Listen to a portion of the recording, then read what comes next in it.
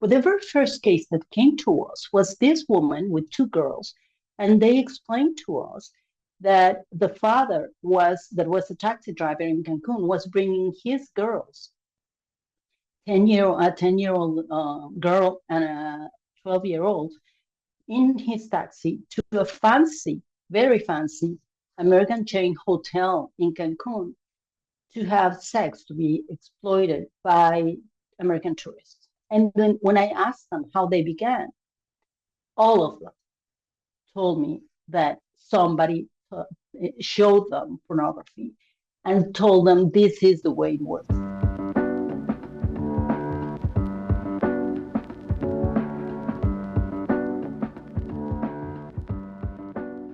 Lydia, thank you so much for joining us on Consider Before Consuming today.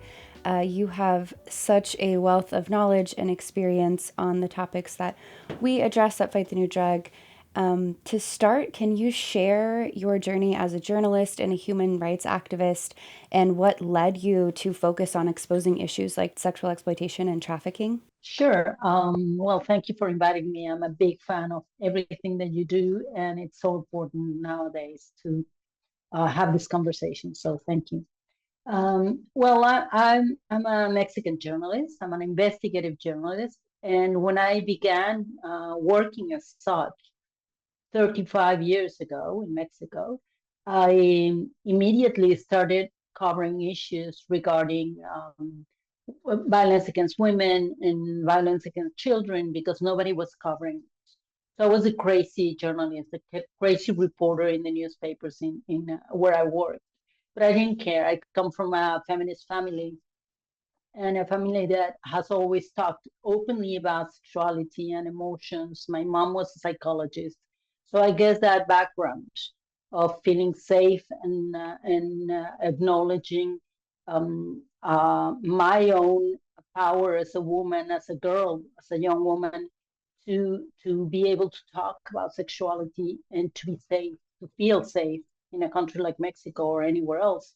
So when I started covering all these issues, women immediately began talking to me about violence against them, gender violence, and then they talk about sexual violence against children in Cancun, in the southeast of Mexico, and as because I live there. So as the tourism industry evolved in that area in Yucatan, what happened was that very soon I started documenting cases of sexual exploitation that we never saw before.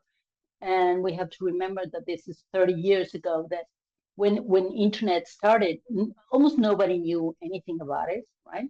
We always hoped for the best. We never even thought it was going to become the monster we have in our hands. And when I started investigating sexual exploitation, most of the girls told me in the year 2003 that the abusers were showing them movies, that's the words they used, in a computer where the girls were being abused. So I decided to learn how to get into there, hacking, and investigate these human traffickers, basically from all over the world. And then I became the specialist because nobody was doing that, at least not only in Mexico, but in most countries. Like journalists were not getting into that. And the police was not willing to talk about it openly. Everybody had all these um, like wrong views of what it meant to produce pornography with children or with young adults. And so I became the expert. And then I did all these specialties in criminology and, of course, in psychology, child psychology, in order to interview children all over the world. So I've been working in 143 countries along my life and investigating human trafficking, interviewing the children, the traffickers sometimes, obviously without them knowing that I was a journalist, and interviewing experts all over the world to try to understand how to tackle this. Your life's work thus far and the things that you've experienced, I would encourage any of our listeners to please go learn more about your story and these experiences. They've provided you with such a unique perspective on these issues, unlike probably anyone else in the world. You've had such bravery in the things that you've done. It's so inspiring. Obviously, others are brave as well, but the experiences you've gone through are so unique. You wrote a book about 20 years ago that sheds a light on powerful networks involved in child abuse. Can you talk a little bit about those experiences that led you to that, and how what you discovered through that about how pornography intersects with human trafficking and child exploitation? You just mentioned it just a little bit with the movies being shown to them as part of this grooming process, but to really, for our listeners, explain how pornography intersects with these issues based on the experiences that you've had. Yes. Imagine that this investigation, specifically this investigation of my book Demons of Eden, and then the next book that is called Slavery Inc., began in 2002 and 2003, and almost nobody understood what now everybody talks about, like the deep web and things like that, the dark web, and investigating that, and how people were connecting, like criminals were connecting with each other using technology. So they got there a long time before anybody else did, even before the police got there, right? So what I did when these kids started telling me the stories, and I infiltrated in one of the hotels of one of the traffickers, the main traffickers that I later put in jail. Fortunately, Young was sentenced to 113 years for child exploitation and child pornography. When I infiltrated there and I got some evidence with good police in Mexico, because there's good policemen, of course, with a good policeman, I infiltrated there and we got the evidence and we started looking at it. And I said, what are we going to do with it? Because if you share this, it wasn't a crime back then, but if we did have it, it was a crime, right? Because it was pornography with children. But it wasn't even a law as we know it right now around the world. So it's 2003, and we're watching this material. And I remember the day that we were watching all these short videos, and the police said he was the only one that was an expert on technology. They call it a technological policeman, not cyber police like now we do. And he just stand up and he went to the bathroom and came back crying. And he said, "I'm throwing up. I cannot stand this. I cannot keep going." And so I said, I'm all alone in this fight, right? I need to prove to the judges that this businessman, millionaires from Mexico, from the US, from Lebanon, are buying children from Mexico and different places of Latin America and from the US, and they are exploiting them. They are ordering this guy to buy them a girl, 13 years old, mainly 12 and 13-year-old girls that had to be virgins, and they paid $3,000 for that. So I got the evidence because I got some phone calls in which they are speaking and they are making these deals, right, with this guy from Las Vegas and the guy from Mexico City, etc. So I started talking about it and raising the case, and all of a sudden, from the 5 original victims, I had 200 victims telling me the stories. Children that were abused by this businessman, millionaires, that since they were like 4 and 5 years old, and nobody believed them. Almost nobody protect them. And when mothers or fathers tried to protect them, they got threatened, their lives. So this became like the biggest case ever in the continent, I guess, because this is a case that a journalist, a feminist journalist, investigated, right? And when at the beginning I started talking about this issue, and I said, listen, this is child pornography. This is not only sexual exploitation of children for economic gain. It's also producing child pornography in a network that men from all over the world are sharing. So everybody thought I was crazy. I mean, journalists from all over, even a journalist from the New York Times told me, Lydia, you're delusional. This is This is ridiculous. People are not doing that. And if somebody does that, it's a pervert, but there's not networks of that. And I said, and it's linked to the pornography industry. And why do I say this? It's because the first time I interviewed these little girls, what they said was that the abuser, before abusing them, started giving them gifts and offering them to buy books for school and everything, because most of the main victims were of this case, of the Zucker case, were poor girls, right? And then he came into like middle class, and then of course the girls he brought from Florida, they were not even, they were upper middle class, right? So they give them gifts, they offer them help for school, and then they start watching pornography with them. Now we know this, but back then in 2003, almost nobody believed that happened, right? An adult man with his wife was training and grooming these girls and boys in their own hotel suites, watching pornography and telling them that was normal. That's what men do to women and girls when they love them.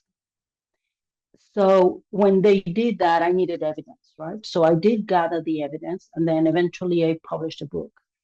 And because I published a book, these criminals tried to kill me many times, and then they put me in jail. They illegally put me in jail because there was a governor involved. So when I published a book, I decided I'm going to do two things. One of them is tell everything about the evidence and explain it, do it in such a way that is educational for people, even though journalism is not supposed to be so. But I did because it's a very complex issue. And then the second part was protecting, obviously, the names of all the children and their families. And the third part that was complicated was exposing the names of everyone involved in the crimes, like senators, governors, and everyone. And of course, they all gathered together and tried to kill me. So they put me in jail, they tortured me. And then I got out of jail and I won the case 1 year after that. And that was, when I won the case against them, was amazing because I got this, all these people asking the questions about the issue, the press, international press and Mexican press. And so one thing I did was explaining to people, this is part of an industry bigger than you will ever imagine. And it doesn't matter how long it takes me, I will spend years and years demonstrating that this is how the industry works. And if you read Demons of Eden, written in 2003, right now you see what we are discussing in this podcast. Exactly what we addiction to pornography, how the industry is reaching children and little boys and little girls and trying to get them hooked in different ways and grooming them and trying to sell them sex for love or for relationship, for linking with each other. So I don't know, I became the expert. It's so compelling to hear what you've been through. I'm curious to know if you can share with our listeners your perspective on the role that pornography plays in normalizing and desensitizing viewers, normalizing violence, normalizing violent behavior. I know that you've had experience in opening a shelter for women and combating gender-based violence in certain ways. So can you speak to the role pornography has played in that throughout your experiences? Of course, when I began doing this work with women in the year 2000, basically at the shelter, the very first case that came to us, it was a high security shelter. So you can imagine this is a big building. We built like rooms for 60 families to protect the women and their kids that were running away from gender violence, from family violence, and from sexual violence. But the very first case that came to us was this woman with two girls, and they explained to us that the father that was a taxi driver in Cancun, was bringing his girls, a 10-year-old girl and a 12-year-old, in his taxi to a fancy, very fancy American chain hotel in Cancun to have sex, to be exploited by American tourists. Right? So when they talk at length with the therapist on one hand, and then with me about the other issues that the therapist was not able to handle. They explain how this worked, right? How the father was part of a network that were like the uncle, the friend, the boss of all the taxi drivers, and one thing that they all had in common is I started investigating them, and they were all going every week to this in the red light district in Cancun to have sex with exploited women, right? And were calling themselves prostitutes.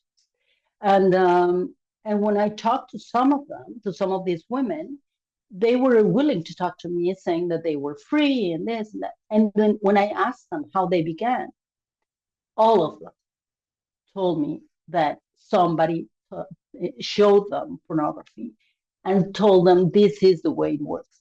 Mostly women. The ones that were running the brothels were women. Older women that were also exploited when they were young, and then to come up in the ladder and stop being exploited, they become exploiters, right? So when I understood this in the year 2000, I said we have to follow the pattern and demonstrate how it creates, how pornography is a merchandise, as you explained very, very well in your uh, projects and in your Instagram account and in your blogs. Um, so it's a cultural byproduct, right? And it's created to convince men, women, and non-binary people that violence it's always okay in sex if it's perpetrated by men. Always okay. That's the basis of pornography. It's always been, and since the industry grew, on TV and everything, and that's why it gives them money. So I decided to investigate the owners of the pornography industry. So I have a lot of articles written about them, how much money they do, how they hire psychologists and psychiatrists to explain them how to get people hooked into the narrative of pornography and how to bring that narrative from real life of women and men and their relationships in sex and love. So once I started writing about that, I learned something. One thing was that I started writing about it in the newspapers in Mexico and a lot in Latin America. And a lot of men and women started coming to me and say, listen, I never thought of it like that. I never thought pornography would harm me this way. I thought it was just entertainment. But then after I read it, I watched it again, and then it's so violent. How can we just accept this? How can we just not know? So I mean, I spend my life trying to explain how it works, but it's the psychology behind it. It's like the abuser, the seductive husband that is always nice, and then he's aggressive or violent to his wife, and then the next day he brings her flowers and all that, and then the next day, the abuse pattern. It's exactly the same. Pornography works the same way with our minds. And the difference I make with the other kinds of addictions, like any other kind of addiction to drugs and everything, um, it's basically it's so hard to come back because we feel that it's linked to love and emotional relationships, which is very weird to people. But for most pornography users that I've interviewed along 20 years, it is normal. It's kind of how to learn to make love to a woman. Now, I cannot tell you how many thousands of men of all ages have told me that they were trained to make love using pornography. And that's not love. Obviously, it's making an act of violence, imposing one body to another body, right? So the fact is that women become weaker in this context of pornography, not only in the production. So I decided to interview women that were into the pornography industry. Back then in 2000, in the year 2000, I went to LA, I went to different places in the world, and I interviewed them, and they all wanted to talk to me because they thought they were free doing this. And then all of a sudden, I meet this very famous porn actress that was 38 years old, and all of a sudden, she had a very bad incident, violence incident, gender violence incident, when her husband, I'm sorry, and the husband told her, well, what do you expect? You're a whore. And she just clicked and she said, no, I'm not. I'm an actress. And he was like, no, you're exactly the same kind of person that I can find in any cheap brothel in Thailand or in Cambodia. The difference is that you are in LA and you charge $3,000 or $4,000 and you go with senators and congressmen and whatever, but you're exactly the same kind of woman. And that day she decided to change her life. So she took me to meet a lot of the actresses, and they told me all these horrific stories 20 years ago of how they were forced into the set and how they were handled and everything. And then once they started talking, which is for me was the big deal. Once they began explaining it to me, they were aware of the violence for the first time in their lives. And some of them had been in the sex industry for 6, 7, 10 years. And then I knew the first man that just stopped doing pornography because he felt he was raping a woman. He was actually doing it because he was ordered by the director, but he felt it, right? For the first time.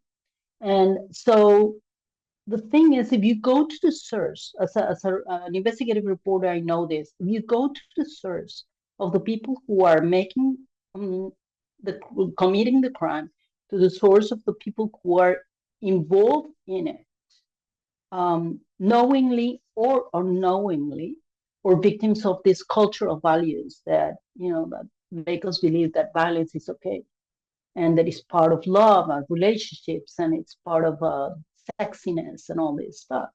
If you go to the sources and then you start walking towards the solutions, that's when you do understand why it's so important to talk to people about what pornography does. This is not about being conservative or anything.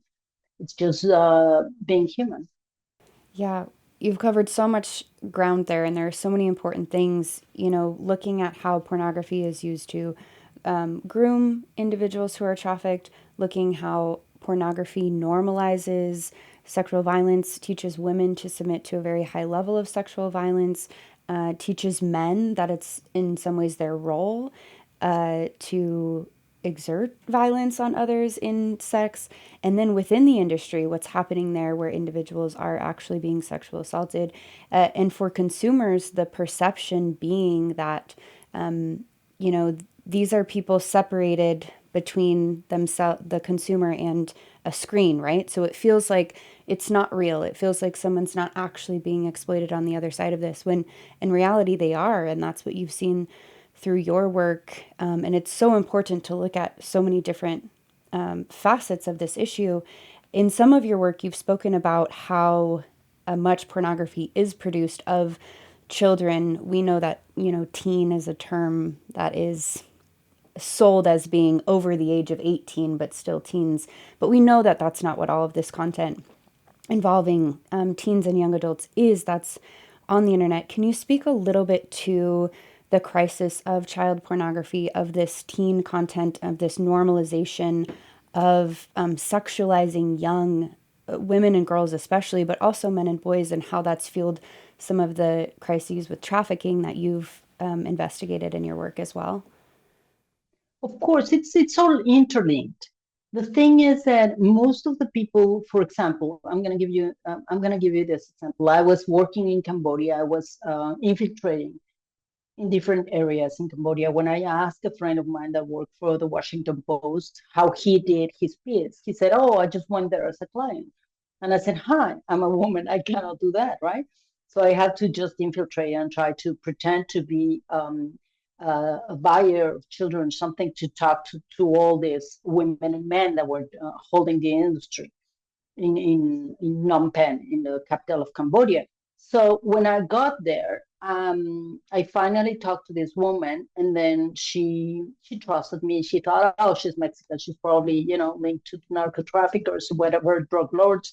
So it was fine. They didn't even um, ask me anything. And then I went in, and it was shocking to go into a room where they had like 10 big TVs. Back then, there were like big TVs were like not like a regular thing we had in our homes, and they had these big TVs. And she said, "This is the training room." And the same thing I saw in Japan, in Tokyo, and Osaka. And who is behind that? The guys, the men and women who are behind this industry, training the children to accept abuse as a normal part of their life, to sustain their family, or to earn some money to send to somebody else, or even when they are just simply enslaved without any contact with the exterior world. But mostly they do that. They bring children from poverty areas, and they tell them that they will pay for the family, or if somebody is ill, whatever. So what happened that they are training them with all kinds of pornography. And then she said, but then we showed them the one we make with Cambodian kids, because we have a problem. I'm going to quote her. She said, we have a problem. And the problem is that most of the youngest women that are here on this, your typical North American, pornography movie, are white and are older. And we need to teach them something familiar to that. So we're looking for Asian pornography. And I said, oh, really? And she said, yeah, Japan is producing a lot of it. And it came to my mind, and I said, Japan is like, it's a crime to produce pornography. Back then, it was supposedly a crime. So I started following that trend. And I saw that when this woman told me that, I thought, these people are producing their own material, and they will eventually do it. And they will eventually understand how much money pornography makes, right? And then along the years came the big bang of technology and the platforms, and as we know them. And then all of a sudden, I'm not going to tell the names because I won't publicize them, but we know the names of the biggest producers of pornography in the internet. And what they did was they understood they were losing money, because the clientele did not want to watch older people, white older people, or just black older people, because they were separating them, as they still do in different areas in the pages, right? So they started using the teen term. And every time somebody uses the teen term, I tell them 13 years old, right? So 13, 14, that's teen pornography. I've seen it all over the world. So if you think that a 13 or 14 or 15, 16, 17-year-old girl or boy or non-binary person is using his or her power to decide to be exploited, raped in a daily basis, then you have no idea what you're talking about. So what they did was they started making their own movies to train the kids. And I saw this pattern everywhere. I went to sex shops in Japan, and then all of a sudden you see all this childlike publicity that had to do with kitty beauty, this kitty thing that they have in Japan, and everything was linked to childhood.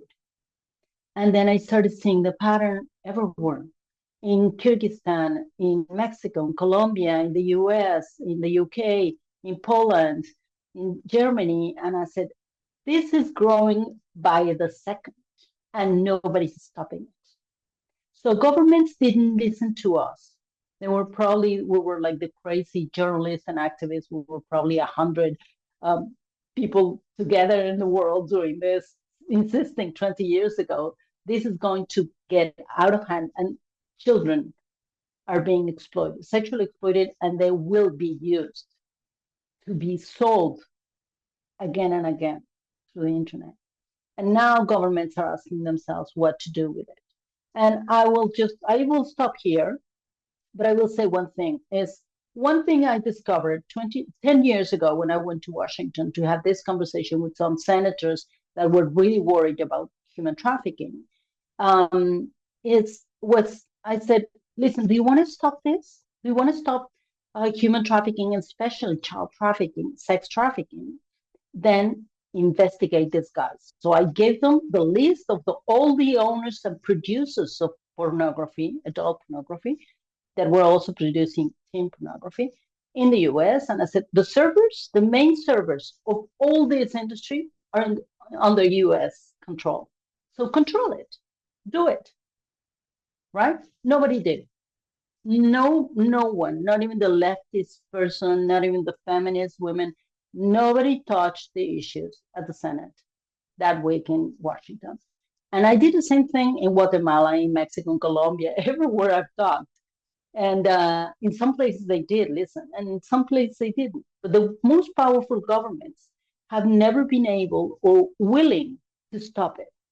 Because if you go to the source of money and you stop it, and they doing money laundering, all these industries laundering money, doing this. I've demonstrated this in my writings, and they won't do it. So we have two enemies here. The first enemy is the hypocrisy of all our governments that are not willing to stop the industry that is exploiting and targeting children as clients, as new clients.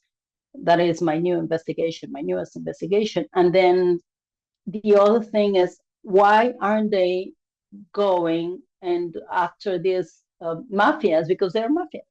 They're part of organized crime that are producing pornography all over the world. Or after Tim Stockley from OnlyFans, and because the scheme he has is a criminal scheme. They could go after him or Kelly Blair, who is the new CEO of OnlyFans, but they won't do it because it's a multi-million industry and they give a lot of money to politicians. So it's up to us to stop it through cultural education and through uniting with the children that are just suffering. Yeah, you've mentioned in a couple of different places so far the role that technology has played over, the span of your work. Technology has obviously evolved quite a bit, even since you've written your books. Can you speak a bit to the role technology plays both in enabling but also in combating this exploitation? Yes, of course. It's really interesting how uh, people ask me all the time, everywhere I go for a conference in the world, why am I still smiling after everything I've gone through? I've been trying. I mean, I live in Spain because I'm in exile because a governor tried to kill me 5 years ago because I put him in jail because he was a part of the network of child sex trafficking. So people ask me why I still smile and fight about it and are positive. And I always share this. Every time I find one organized crime leader anywhere around the world, you name it, China, the US, Mexico, Colombia, you name it, that is doing child pornography or sex trafficking with women or children, every time I do, I find 200 people willing to help, 200 experts, and people from different ages and places and knowledges that they want to get together to help. So this is it, is these guys are just very few and very powerful. And we are millions, and we are also as powerful as they are, but we don't really know it. I have to say this before I keep going because it's really important to remember that we can end this. I do believe that. Um, because we understand the geography of the whole network and the business, how the business work. So technology has been incredible. When I started investigating this in 2003 in Mexico, this case that became international, I remember I interviewed police experts. There were very, very few in the world, right? And they did have some technology to detect who was like sharing this material, but they didn't have laws to stop them.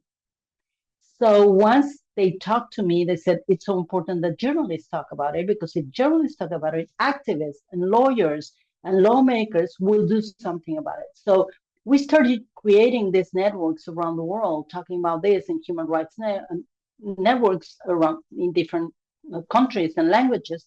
And then all of a sudden we started passing law, mostly at the same time in many countries. And this really grew thanks to technology. Without the technology, we couldn't have done that. And then when there was this disappearance of this little girl in the US that was called Megan, and then there was the idea of one policeman to create the Megan Law. And the Megan Law demanded that the police would recognize the faces of children that were in this, in this network. And now we use that technology everywhere around the world. So I had a big fight with Facebook people in the US long time ago. They threatened to sue me. I said, sue me and I will sue you. And we had this fight until at the end they offered me a job. And obviously I didn't take it. But this fight with the Facebook CEO back then in the US had a lot to do with the fact that they were able to and willing to use this technology to recognize the faces of the children of the US, within the US, that were being abused or disappeared in the context of sexual exploitation, but they were not willing to use that technology anywhere around the world.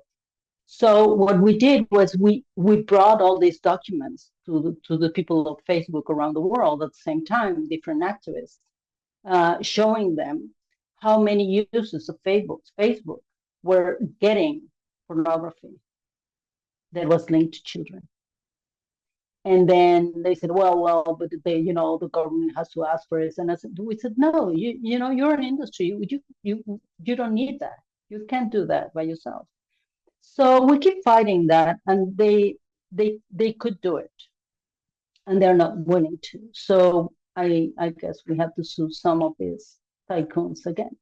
Can you speak? You've touched on it a couple of different times, but to some of the challenges that you've faced while exposing these issues with large companies or corruption and organized crime that are all tied to trafficking and exploitation, you personally have endured so much. Can you speak a little bit to those experiences?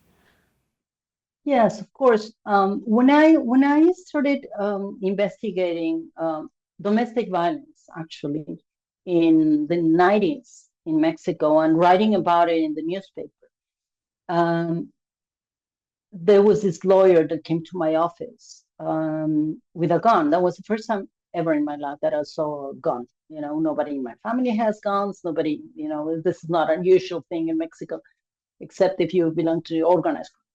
So anyway, this lawyer came to my office, and I was going out of the office with my assistant, and he put a gun in my head like this, and he said, "Stop talking about my private life." And I said, "It's not your private life. You tried to kill your wife, and your wife told me the story. And you're so powerful. You're a lawyer, very well known in Cancun. And the only way to stop you was to publish the story." And he said, I'm a lawyer, and you are not, allowed to publish my name. You could publish the name of my wife, he said, but you cannot publish my name because it's private. And that was one of the biggest lessons of my life, aside of understanding that once you have a gun in your hand, you have to be really clever and calm, not to make the guy shoot you, obviously, and to stop him from. So I said, "Listen, you're very famous. My assistant is here with me. You're outside the office of the magazine. We have cameras. We didn't." And I said, "We have cameras. So if you shoot me, you will have to shoot her. and then everybody will know that it's you. So, it's not worth it. And he said, no, yeah. He got really angry and he left. So I got in my car. I brought my assistant to her house. She was crying all the way to her house. And then I went to my house and I cried in my house. I'm like, what the hell is going on? But the lesson learned from that was that when this very famous, powerful lawyer told me, this is my private life, you will be killed because you got into my private life. It was domestic violence.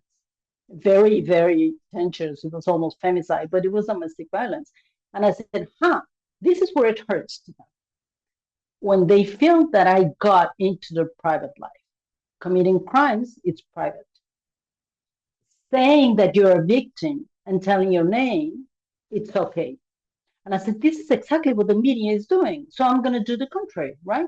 I'm going to always use the names of all the perpetrators, having evidence, obviously, and never use the name of the victims ever again. So I did that, and I talked to all the journalists, to all my friends, and they were like, no, that's illegal. And I said, why is it legal to tell the names of all the victims and showing their pictures in the newspapers? It was the 90s. So it changed. I completely changed that dynamic. And fortunately, many of us did, and now it's different. So that was the first time that somebody put a gun in my head. So I started understanding that my job was really dangerous, right? I wasn't covering wars in Iraq or Afghanistan or Syria. I was covering the war within my country, a war that happened in the houses of people. So I tried to understand what to do, and I studied karate just because I needed to know how to take a gun away from a guy. And I did learn how to, by the way. So here I am. But anyway, so years after that, when I started investigating this organized crime ring, what I did was I had all these death threats, and I told my family I have these death threats, but I have a book. And my family said, "Go ahead, we are with you. You have to do it. You cannot stop. We are with you." All the same, my team did the same thing. So what I did was I made a list of all the people they had to call if I disappear, if they kill me, if they kidnap me, or anything else. So when they kidnapped me, when the police kidnapped me, 10 policemen came to my office with like guns like they use in war to arrest me, illegally arrest me for a crime I didn't commit. It was for exposing the criminals. And they took me by car to another state for 20 hours. They tortured me, ordering me to tell that all the content of my book and everything, all the testimonies from the 200 children were a lie. And I refused to do it. So they put me in jail after they tortured me, and they beat me in jail. And then I got out, and then I won the case. And during the last 20 years, I've been putting each and every one of them in jail. All the policemen that tortured me have been sentenced. The governor is in jail. The main child pornography producer and pedophile died recently, but he was sentenced to 113 years. So the lesson here is it's very difficult. It's very hard, but it can be done, and a very big risk, obviously.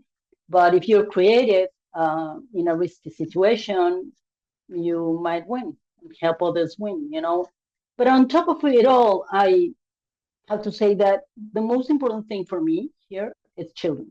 It's the voices of children and young people.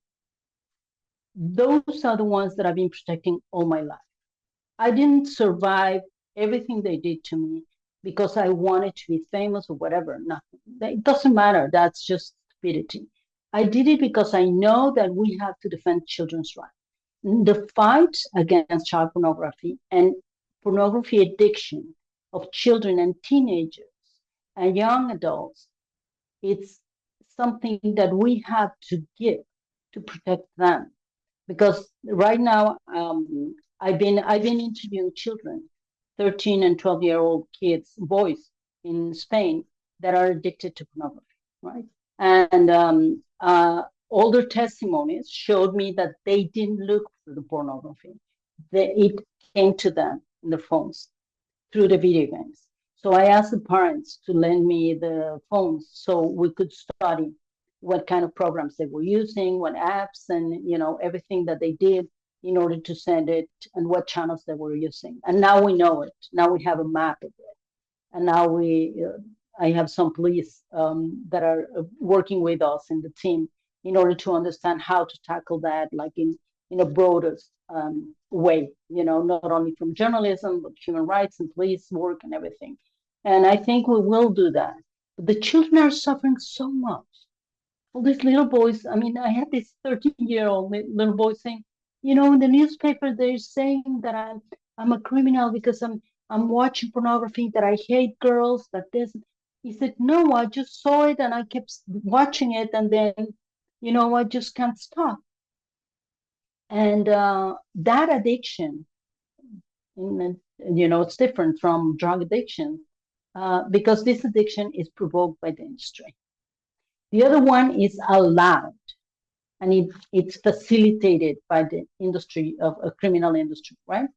But you choose to buy it from someone. But when this someone is imposing it through algorithms, then the crime is big, and you can find it, and you can solve it in a very, very specific way. And that's what I think it's the fight of this century, is to protect children around the world from that, from the use of technology, but organized crime that is producing pornography and using them as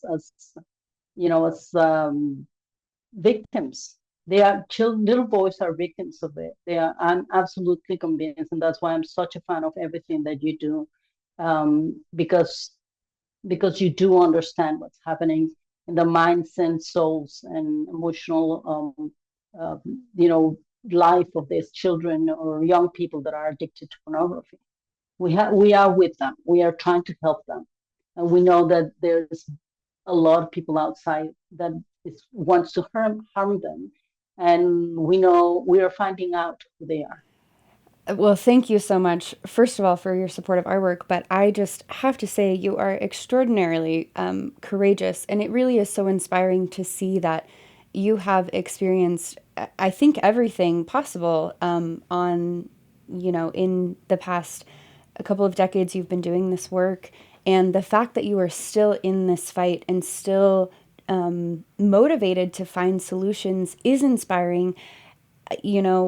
Obviously you wouldn't continue doing this work if there wasn't progress being made. So I'm wondering if you can speak a little bit to what strategies you've seen that have been most effective in combating these issues, in educating the public, and how these issues have been addressed on a global scale. Well, I think there are so many areas. In every area where people talk about emotions, love, sex, seduction, everywhere where you talk about interconnection of people related to emotional issues and sexuality, you can do something about it everywhere. I do not believe, as many people say, that sexual education will end this addiction of pornography with kids. In Spain, they are obsessed with it. You need to stop the mafias that are doing this on one hand.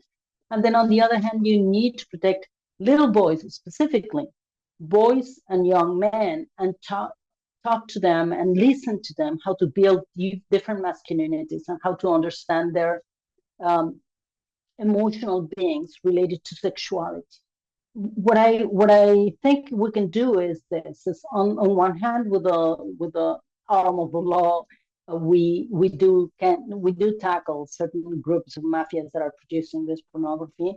We have to, for example, training journalists. I do a lot of journalism trainings around the world, and specifically with investigative journalists, and that's so important because the biases on these issues from journalists is just scandalous, and we have to stop it. We had to teach them. Journalists, all ages, and mainly men, but also women, of course, have to learn how to talk about these issues and stop writing about cliches and stop writing about things they do not understand. And they have to start looking for experts, especially female experts like you, like other younger experts that know exactly what they're talking about, that understand what's going on from facts and figures and from human experience, from the victims and survivors and from the people who are doing something about it. So the media has a big role in this, and it's they have to be responsible for that. And then on the other hand, is what I do a lot is I go to schools and I talk to kids. And the way I do it is what I'm doing here with you is I tell them about my life story, how I tackle these mobsters and how I infiltrate and dress as a nun. And then I went into there and then I talked to this trafficker and got this video and got this audio. And then once they are engaged, I talk to them about how they produce pornography and why they want them to buy that. And then I talk about love and I ask them, what do you want out of love? And most of the teenagers look at me and go like, oh, I want to be loved. And I said, yeah, well, we all do.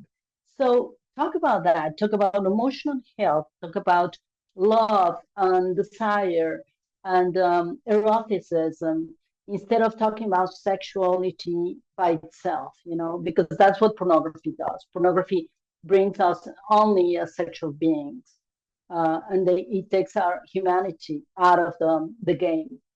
We have to bring it to the kids, and they do listen. They do need that conversation. They need to be listened to and to be talked to honestly.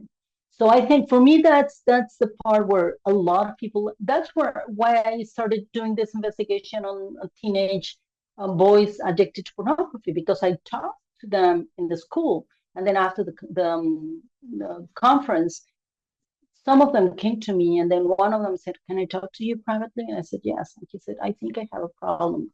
He's 13 years old. And he said, I think I have a problem. And he was almost crying. He said, I think I'm addicted to pornography. I don't know what to do. And then he said, I have a friend that is also in the same situation. So I talked to them, and then I talked to the parents privately and everything. So then we go into these processes in which someone talks about it. And then all of a sudden, when I wrote these pieces, a lot of people in Spain started talking about it. And a lot of young people started writing to me in my privately in Instagram. And back then when I had Twitter, but I quit it because of evident reasons, they started sending me messages saying, I'm going exactly soon to do the same thing. It's like 13, 14, and 15-year-old, the same thing that happens to you guys in your accounts, right? So they need help, and we have to reassure them, you're not guilty. You are not part of the problem. You can be part of the solution. We know you're suffering, and we are experts on that, and we want to listen to you. We want to help you go through this process. And if you get out of that, you will be stronger. Like I did after I was tortured, I could just stay at home and just be bitter and sad and scared and depressed, which I was for a while, of course. But or I could do something about it and decide to go out and fight the bad guys. That's what I think we have to do. We talk to the young people and make them part of the solution. And I am sure they can be. I couldn't have said it better. I want to end with one kind of final question to you. A few years ago in an interview, you mentioned that people always say to you, we need more women like you, Lydia. And you often say, yes, and we need more men like me as well. Can you speak a little bit to that comment? And beyond that, what the average person can do to contribute to this fight against exploitation? Absolutely. I've been working all my life with men, around me. Some of them have been the worst, like especially in journalism, because they were like real bigots. Back in my generation, I'm 62 years old, so it was when I started, it was like a male room, and all of a sudden it comes this crazy feminist and everything. Now things have changed a lot, but anyway, I I have met a lot of these awful, violent, macho men and everything. But mostly in my entire career, I have met such amazing men around the world that are doing incredible things for themselves, for their family. But what I see is that when a woman like you, like me, like so many of our friends or your listeners discovers human rights, discovers social justice or gender equality or the human rights of children, when you discover it and you know you have something to do about it, doesn't matter what you study. If you're an engineer, if you're a psychologist, if you're in media, it doesn't matter. If you're an influencer, if you discover that and you want to do something about it, you will find a way, right? Because there's so many experts around you, and you will socialize. So women are being having trained for the thousands of years to socialize the emotional experience and to share knowledge. And men have been trained by the macho culture to keep the knowledge for themselves, to make money, to not socialize the experience because they're afraid to link their emotional experience to others. And they have been trained forever to discover something good and bring it into their little world, meaning their family, their loved ones, or anywhere near them. They don't socialize it. And when we talk about gender equality, we talk about teaching men and allowing men of all ages to be a part of the solution and to join forces and learn from us how to um, bring their experiences and share their knowledge. Share your knowledge from the emotional experience and the healing of that pain that you suffer as a victim of child abuse or child trafficking or domestic abuse, and bring it into the world and do something outside the doors of your own home or your own office. I think that right now that's the most urgent thing.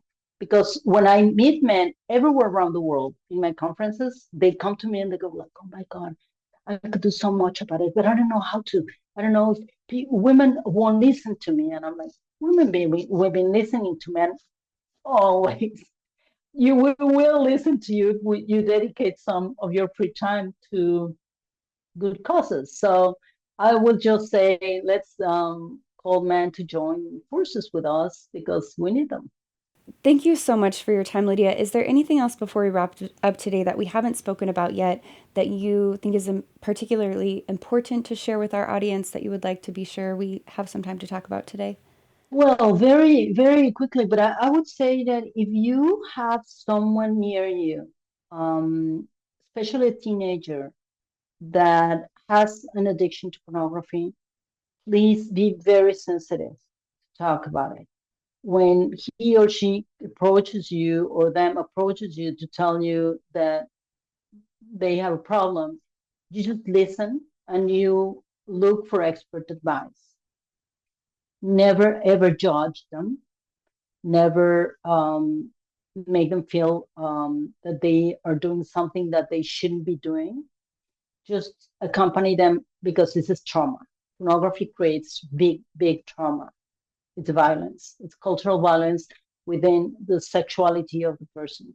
So never judge. Just accompany them and then join the the fight, um, the new against the new drug. Of course, you should join it, and that's it. Be sensitive always. Never judge people. Just you never know how they go through that because it's for most of the kids that I have interviewed, it's hell. So let's bring them out of hell.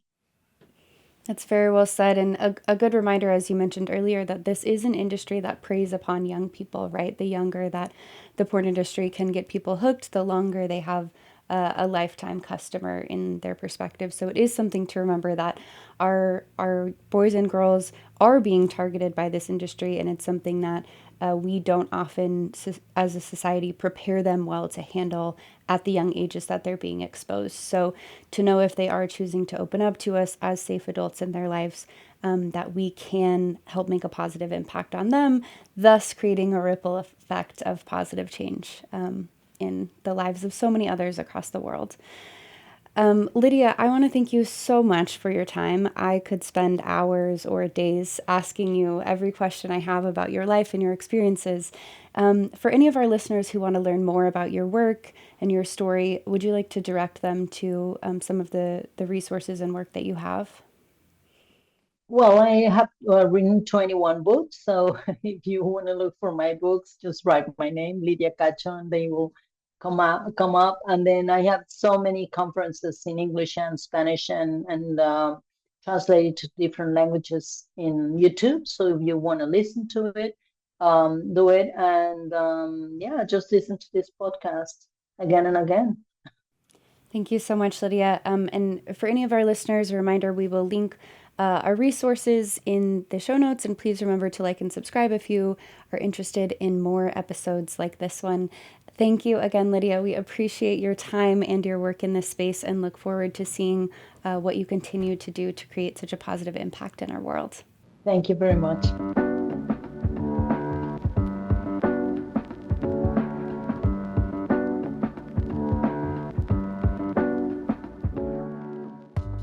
Taking care of your mental health is just as important as taking care of your physical health. If you're struggling with stress, anxiety, or anything in between, BetterHelp makes it easy to connect with a licensed therapist from the comfort of your own home. Whether you're dealing with the impact of porn on your brain, relationships, or life, talking to someone who understands can make all the difference. As a Fight the New Drug supporter, you can get 20% off your first month when you sign up through our link, betterhelp.com/FTND. That's betterhelp.com/FTND. Start taking care of yourself today. Fight the New Drug does not individually support or endorse any individual therapist within the BetterHelp network. Fight the New Drug receives financial compensation for affiliate partnerships. If you have a resolution to give charitably in the new year, consider joining Fighter Club. For as little as $10 a month, you can take an active role in helping others recognize how porn can impact them, their relationships, and their communities. As a 501c3 nonprofit, we rely on Fighter Club members to help us create resources that educate countless individuals on the harms of pornography, like this podcast.